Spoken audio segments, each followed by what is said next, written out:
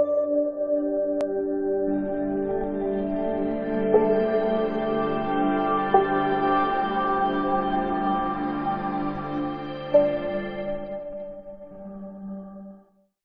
सभी लोगों को मेरा नमस्कार। जय श्री महाकाल, जय माँ काली। मैं आप सभी लोगों को और एक नए वीडियो में स्वागत करता हूँ।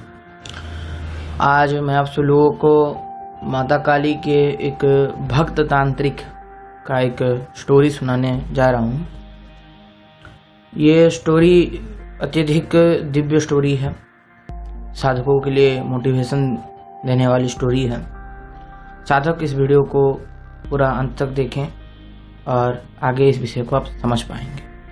तो चलिए शुरू करते हैं आज के वीडियो को और जानते हैं इस अनुभव के ऊपर। माता काली का एक भक्त तांत्रिक हुआ करता था, कहीं तो भक्त साधक भी बोल सकते हैं। वो तंत्र का बड़ा नॉलेज रखता था। उम्र उसका बहुत छोटा था बट बहुत तंत्र का नॉलेज रखने वाला साधक था। कौलाचार के महाक्रम दीक्षा में उसको पूर्ण अभिषेक प्राप्त था। भगवती का वो हमेशा दक्षिण मार्ग से उपासना करता आया था। तो ऐसे ही उसका एक साधना चल रहा था। माता काली का बहुत लंबा साधना था, जिसमें उसका एक इच्छा था कि माँ का दर्शन करूं। ये उसी बीच का स्टोरी है। तो एक दिन क्या हुआ कि वो जो भक्त तांत्रिक था वो अपनी सुबह सुबह साधना में बैठ गया 10-11 बजे के पास और साधना प्रारंभ कर दिया। जिस तरह से वो पूजा करता है, गणपति पूजा, मंगलाचरण आदि सारे करने के बाद मातृकाओं का न्यास और आवरण पूजा आदि संपन्न किया। भगवती को कारण तर्पण किया। कारण तर्पण करने के बाद माँ का प्रार्थना करके जाप शुरू किया।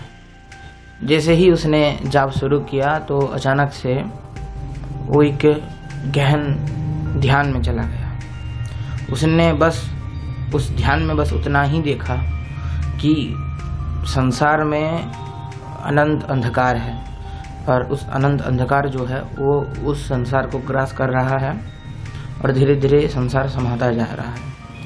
ये कुछ क्षणिक था, ये पूर्ण नहीं था, बस एक क्षणिक था। और ये अनुभव इसका इतना तीव्र था कि साधक को जीवन की एक वास्तविक सत्यता का भास हो गया। जब भास हो गया तो उस दिन से उसका जीवन का एक दिव्य परिवर्तन उसके जीवन में आ गया। उसने खुद महसूस किया कि उसके जीवन में एक बहुत बड़ा परिवर्तन आ गया है। उस दिन के रात को उसके घर वाले सब बैठे थे।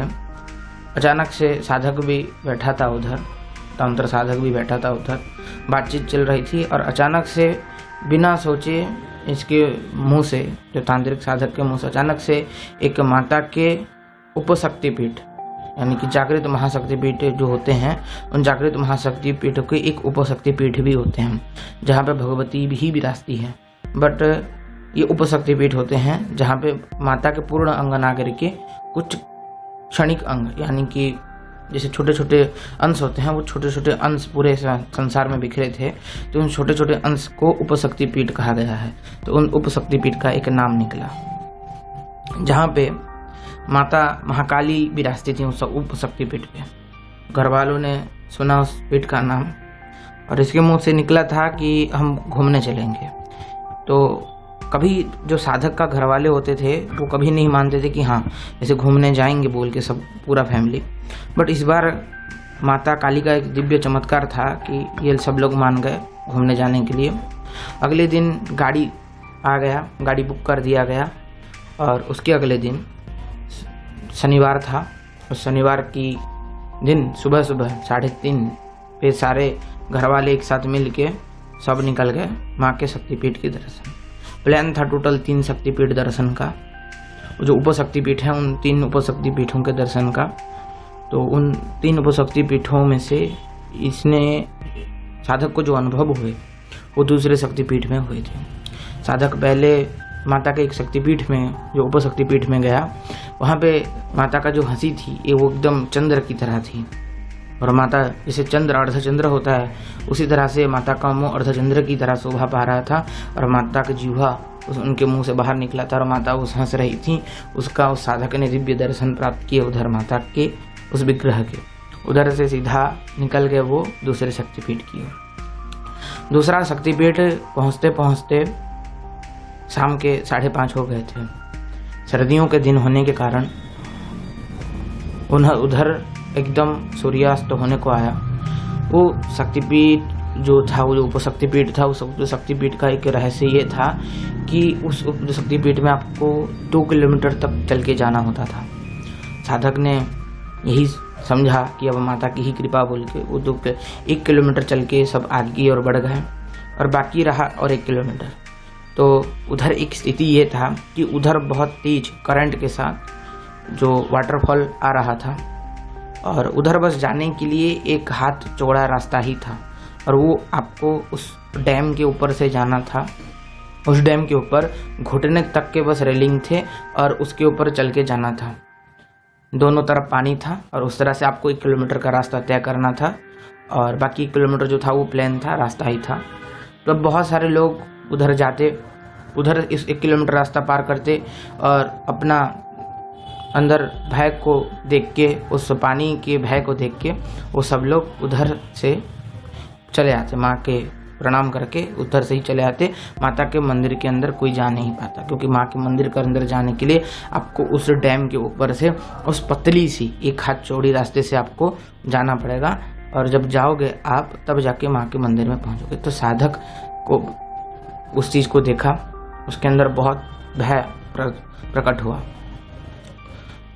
फिर भी जो जगह पे वो था, वो मंदिर एकदम डैम के उस पार था और डैम जो था 1 किलोमीटर लंबा डैम था और डैम के दोनों तरफ पानियाँ जा रही थी, वो भी तेज करंट के साथ। उस डैम के थोड़े दूर पे ही एक छोटा पहाड़ था या फिर पहाड़ शुरू हो रहा था, बोलें तो सही होगा, पहाड़ शुरू हो रहा था और वो पहाड़ कहते हैं वो बहुत दिव्य पहाड़ था।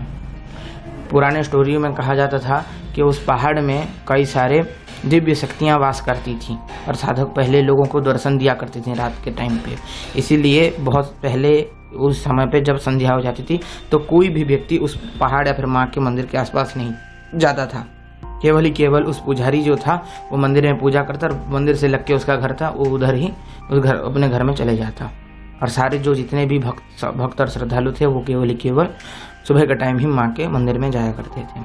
बट अभी के समय में ऐसा कुछ नहीं था। अभी के समय में सब लोग शाम को भी जाया करते, बट बहुत सारे लोग थे जो उस डैम के पानी को की तीव्रता देख के तथा उस डैम की हालत को देख के कोई नहीं जाया करते, क्योंकि डैम में जो लोहे का ब्रिज था, जो 1 हाथ चौड़ा ही ब्रिज था, वो 1 हाथ चौड़ा ब्रिज और 1 किलोमीटर लंबा ब्रिज में जंग लग गया था और वो कभी भी टूट जाता।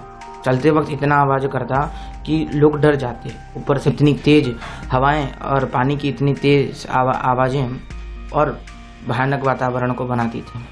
तथा जब साधक ने इस चीज़ को देखा, उसने हौसला अपने अंदर बनाया, माता का नाम लिया और आगे बढ़ गया। साधक की जो मम्मी थी और उसके जो परिवार थे, परिवार में से कोई भी उस डैम को पार करके माँ के मंदिर में जाने के लिए तैयार नहीं था। बट साधक के अंदर से एक स्फुरणा जागृत हुई, एक अंदर से एक भाव आया कि नहीं, मेरे को माँ के दर्शन करने के लिए जाना है। साधक ठीक आगे बढ़ा, टिकट उधर दिया, जब जाना है। उन लोगों ने मना किया कि आज पिछले दिनों से या फिर पिछले समय के मुकाबले आज पानी का जो करंट है या फिर पानी का जो स्पीड है वो अत्यधिक ज़्यादा है, तो अगर आप जाना चाहते हैं तो अपने रिस्क पे जा सकते हैं। तब साधक ने उन सबको अपने रिस्क पे जाने के लिए मना लिया और गया। साधक के घर वाले साधक को मना कर रहे थे कि मंदिर में नहीं जाना है, हम इधर से दर्शन करके चले जाते हैं, बट साधक नहीं माना, फिर भी अंदर चला गया। पतला सा एकदम रास्ता था। जैसे ही पैर आगे बढ़ाया, अचानक से एक आवाज़ आई लोहे की, जैसे लोहा के ऊपर लगा और उससे एक तीव्र आवाज़ प्रकट हुई। इस आवाज़ से तथा हवा और पानी की इस जोरदार आवाज़ से साधक का दिल बहुत घबरा गया। फिर भी हौसला बढ़ा के धीरे धीरे साधक आगे बढ़ने लगा। आगे बढ़ते समय पानी की जो छोटे छोटे बूंदें होती हैं वो साधक के मुंह पे लग रही थी तथा बहुत तेज हवा उसके ऊपर से जा रहा था और साए साए करता हुआ वो हवा साधक को और भी डरा रहा था। जैसे ही थोड़ा आगे गया, साधक का अचानक से सिर चकराने लगा। तभी वो उधर कुछ समय के लिए, क्षण के लिए रुक गया। तभी अचानक से उसके अंदर से ऑटोमेटिकली वो जिस मंत्र से माँ काली की साधना करता था वो साधक, उसी मंत्र का उसके मुंह से निकलने लगा वही मंत्र। उसके अंदर से वो मंत्र स्फुरना होने लगा धीरे धीरे करके। वो धीरे धीरे वो साधक उसी मंत्र का जाप करता गया, धीरे धीरे धीरे धीरे करके साधक आगे बढ़ता गया। साधक के एक हाथ में बैग था और दूसरा हाथ वो उस छोटे छोटे रेलिंग्स के ऊपर रख के जाता था ताकि उसको डर ना लगे बोल के। उस बैग में माता के लिए 16 श्रृंगार तथा माँ की भोग आदि थे और साधक का जाप माला था। साधक धीरे धीरे माँ के भरोसे माँ का उस मंत्र का जाप करते हुए वह धीरे धीरे आगे बढ़ा और धीरे धीरे आगे बढ़ते बढ़ते बढ़ते बढ़ते करीबन 45 मिनट के सफ़र में उसने 1 किलोमीटर पार किया धीरे धीरे करते हुए और माता के उस मंदिर में पहुंचा। मंदिर में पहुंचने के बाद साधक को एक दिव्य सी आनंद का भाव प्रकट हुआ उसके अंदर से। साधक उधर माता को 16 श्रृंगार माता को भोग अर्पित किया तथा उधर बैठ के माँ की स्तुति करके कुछ माला जाप किया और फिर आने लगा। आते वक्त करीबन शाम के 7:30 हो गए थे। चारों तरफ घना अंधेरा था, हवाएं बहुत तेज हो गई थी, पानी का फ्लो बहुत और भी ज़्यादा बढ़ गया था। अब जो पानी था वो सीधा ब्रिज के ऊपर ही आ रहा था। जो एक हाथ चौड़ा ब्रिज था उसके ऊपर से ही अब पानी जा रहे थे। फिर भी साधक ने माता को प्रणाम किया और जैसे तैसे करके धीरे धीरे आगे गया। उधर जब इतना समय हो गया था, साधक के जो घर वाले थे वो और भी टेंशन में आ गए थे। उन्होंने इंजीनियर्स को कंप्लेन किया। तब इंजीनियर उधर से अपनी जो एक रेस्क्यू टीम के साथ तो कुछ लोगों के साथ आ रहे थे कि कुछ हो गया ना हो बोल के बीच में देखने के लिए। तभी साधक धीरे धीरे आगे बढ़ा।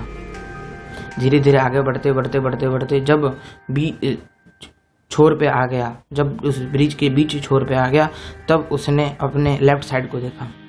उसके लेफ्ट साइड में एकदम घने जंगल और वो वाटरफॉल था जहाँ से पानी अत्यधिक स्पीड से जा रहा था, और उसके राइट साइड में घना जंगल था, पहाड़ थे। उस पहाड़ में अचानक से उसको एक स्मेल सी आने लगी। उसने एक क्षण के लिए उस मंत्र का जाप को रोका और अचानक से उसने उस क्षण को देखते हुए उसकी ओर मुख किया, उस पहाड़ की ओर मुख किया। तो उसने उस पहाड़ में देखा कि एक स्त्री है, जो स्त्री इस साधक को देखे जा रही है। उस स्त्री साधक को देखे जा रही थी और उसने केवल अधो वस्त्र पहनी हुई थी। उस स्त्री के शरीर से एक दिव्य आभाएं निकल रही थी। साधक ने वो जो स्मेल उसके आ रहा था, साधक ने जीवन में इससे पहले एक बार उसने उस स्मेल को महसूस किया था। वो भी जब साधक ने अप्सरा साधना किया तब जाके उसको वो स्मेल आया था, और दूसरी बार अब इस ब्रिज के ऊपर आ रहा था। तब साधक ने उस स्त्री को देखा। कुछ मिनटों की, आधे मिनट में ही वो स्त्री अचानक से उधर से गायब हो गई और साधक फिर अपनी चेतना में आ गया और फिर उसका दिल घबराने लगा कि मैं इस जगह पे खड़ा हूँ। फिर से अपने अंदर से उसका मंत्र, फिर वो धीरे धीरे माँ का मंत्र जाप करते करते फिर धीरे धीरे आगे बढ़ने लगा। जब धीरे धीरे आगे बढ़ने लगा तब उसने पाया कि उसके शरीर के अंदर से जो स्मेल थोड़ी देर पहले बाहर आ रही थी, उसके शरीर से ही वो स्मेल धीरे धीरे आने लगी है। धीरे धीरे साधक आगे गया। धीरे धीरे करके 45 मिनट के सफ़र के बाद उसने वो ब्रिज क्रॉस किया और उस रेस्क्यू टीम ने साधक को उसके ब्रिज के आधे भाग में देखा और उन्होंने उधर से पुकारा। रेस्क्यू टीम वालों को साधक ने पहले ही मना कर दिया कि मैं ठीक हूँ और मैं अपने हिसाब से ब्रिज पार करूँगा बोल के। तो रेस्क्यू टीम वापस चले गए थे और साधक ने 45 मिनट के अंदर उस ब्रिज को पार किया। जब साधक अपने फैमिली का पास पहुंचा तो फैमिली लोग बहुत घबरा गए थे। साधक को देख के फैमिली लोग बड़े खुश हुए। उसके साथ उन्होंने भी उस स्मेल को पहचान लिया कि साधक के शरीर से एक दिव्य स्मेल आ रही थी, एक दिव्य प्रकार की स्मेल आ रही थी, दिव्य प्रकार के गंध आ रहे थे। तब उन्होंने बोला कि ये कौन सा गंध है। तो साधक ने बोला कि ये उसको भी नहीं पता कि कौन सा स्मेल है। ये अनुभव को साधक ने किसी के साथ साझा नहीं किया।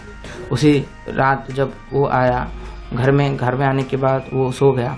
अगले दिन अपने गुरु के साथ उसने इस विषय के ऊपर चर्चा किया तो उसके गुरुदेव ने बताया कि वो जो पहाड़ था, कि वो पहाड़ में कई सारी दिव्य शक्तियाँ थीं, यक्ष यक्षिणी और अप्सराएं आदि रहती थीं। उनमें से मेरे उस साधक के जो मंत्र जाप किया, साधक और माँ के मंदिर में धीरे धीरे चलता गया, उस मंत्र से आकर्षित होकर कोई एक अप्सरा शक्ति आ गई थी साधक को देखने के लिए। और फिर वो अप्सरा शक्ति चली गई। तो इस प्रकार से साधक का एक दिव्य अनुभूति रहा। यही था कुछ साधक के उस दिव्य यात्रा का अनुभूति, जहाँ पे साधक माता काली के भी दर्शन किया और साधक ने एक अप्सरा के भी दर्शन किए। आज के इस स्टोरी से साधक गणों को तथा हम सभी को यही सीखने को मिलता है कि सबसे बड़ा जो चीज़ है हमारे जीवन में वो हमारा इष्ट मंत्र होता है, क्योंकि उस इष्ट मंत्र का प्रभाव ही इतना होता है कि वो हमको मुक्ति और भोग ये दोनों हमको प्राप्त करवा देता है। अर्थात भौतिक जीवन में भी उन्नति देता है तथा आध्यात्मिक जीवन में ही उन्नति देता है। इसीलिए साधक को हमेशा अपने इष्ट मंत्र के ऊपर ही आश्रित होकर अपने पूरे जीवन भर इष्ट मंत्र का साधना करके अंत में मुक्ति की प्राप्ति के लिए कोशिश करना चाहिए। तो यही था कुछ आज का वीडियो। अगर आप सभी लोगों को ये अनुभव अच्छा लगता है तो लाइक करें, शेयर करें, सब्सक्राइब करें। जो लोग नए हैं सब्सक्राइब करके घंटी वाला बेल आइकन ऑल पे सेट करें, ताकि मैं जो भी वीडियो अपलोड करूँ उसका नोटिफिकेशन आप सभी लोगों तक पहले पहुँच जाए। और एक बात, डिस्क्रिप्शन में आप सभी लोगों को मेरे 2 चैनल रुद्रकाली तंत्र और शक्ति रहस्य का लिंक मिल जाएगा। जाके उन दोनों चैनल को सब्सक्राइब कीजिए। उस जगह पे मैं तंत्र मंत्र साधना आदि वीडियो डालता रहता हूँ। तथा आप सभी लोग स्क्रीन के सामने मेरा मेल आईडी दिख जाएगा। इस मेल आईडी पे आप सभी लोग चाहें तो मेरे को अपने साधनाओं के अनुभव आदि भेज सकते हैं यहाँ। तो यही था कुछ आज का वीडियो। सभी को मेरा नमस्कार। जय श्री महाकाल, जय माँ काली। मिलता हूँ आप सभी लोगों को और एक किसी नए वीडियो में।